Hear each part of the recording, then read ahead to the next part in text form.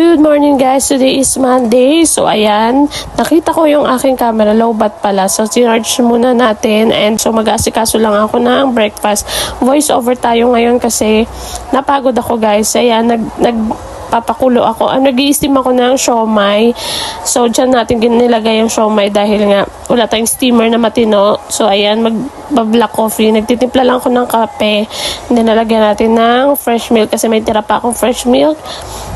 Mas masarap ang lasa nito pag ganito na lang pala yung templahan na gagawin natin. Madalas kasi 3-in-1 yung iniinom ko. So ayan, buti may fresh milk tayo. So inom lang muna ako ng kape guys. Magpapahinga ng onte.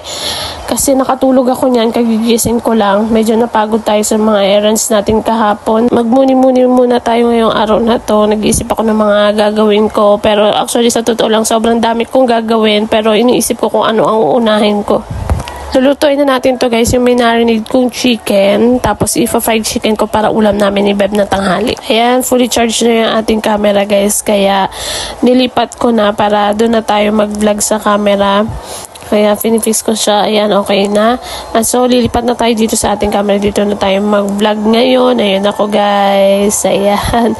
So, lunchtime na, guys. Ito yung ulam namin. Siomay and yung fried chicken. After mag-lunch, guys, pumunta kami dito sa kabilang bahay. Kasi nga, may pinapagawa ako. Kaya, ayan, may nakausap na akong tao para gumawa ng likod. And then, sabi niya, may bara daw dito. Kaya, ito muna pinauna kong pinagawa sa kanya.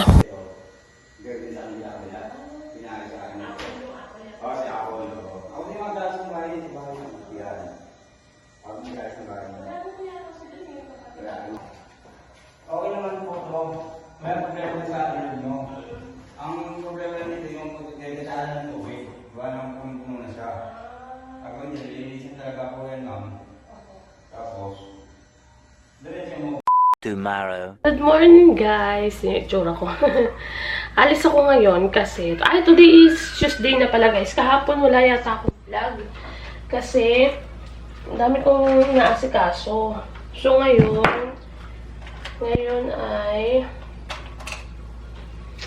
aalis na naman ako. Pupunta ako sa kabilang bahay. Meron kasi yung pinapa-caretaker sa akin na bahay ngayon, guys. So, may bahay pangarap sa Area F. So, yung may-ari kasi medyo may edad na. Ay, gamit ko pala yung Belo na sunscreen. Napunta na ako ng Warada. Tapos, may kakaalis lang nung tumira doon. So, papayos natin yung likod kasi gawa ng natulog daw doon. Ako lang mag-isa pupunta doon. Si Princess pumasok na. Hinatid ni Daddy Chris kanina. Sabay na sila. Tapos, kaya sabi ko maaga ako pupunta doon para maaga din matapos. Para makauwi din tayo agad ng maaga mamaya. Kasi si Princess, walang kasama dito. Ang gamit kong foundation is yung Dream Focus ni Vice Cosmetics. Yung blush on natin today guys, yung Sassy Colors. Pwede.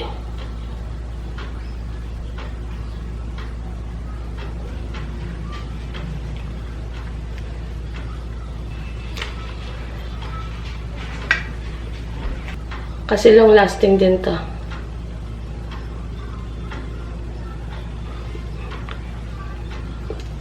So, alis na ako guys. Pabango lang tayo. Gamit natin yung Tendero na baby cologne.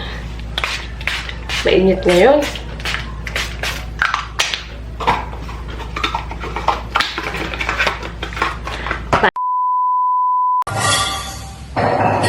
Ito na ako.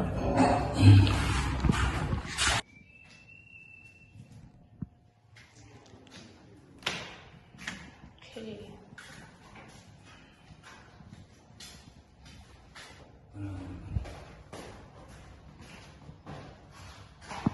Nangyari dun sa amin. Marami na mga pangit.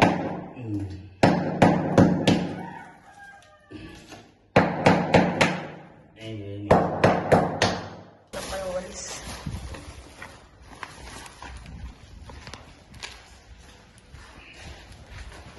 Ay, para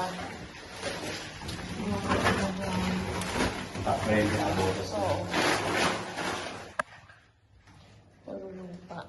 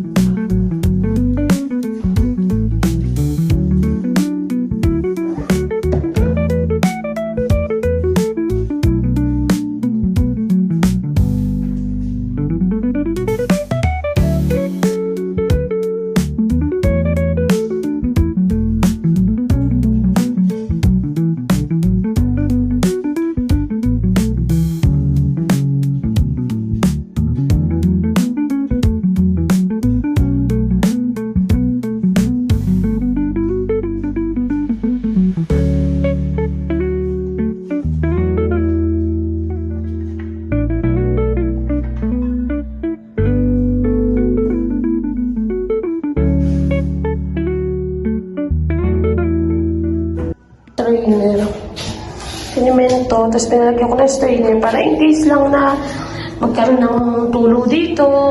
Kasi may alulod eh. Ayan, in case lang magkaroon ng mga something tulo-tulo dyan.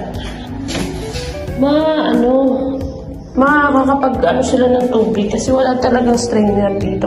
Kasi itong area, pwede nilang gawing laundry area, pwede rin kwarto kasi walang kwarto yung kwarto yung labas guys. Isang buong parang studio type siya. Isang buong siya. Ikaw na lang magpa-partition if ever na gustong tumira. Parang maliit yung spacing dito kumpara dun sa windward, no? So, ayan. If ever na kukwartuhan to, ito yung area ng kwarto siguro. Ito. Tanggal ako ng wallpaper dyan para hindi ako mainip. Tapos yun, pipinturahan na lang to. Nilamusan. And goods na to, linisan yung mga bintana. Diba? Pauwi na ako guys, gabi ang init. Sobrang init.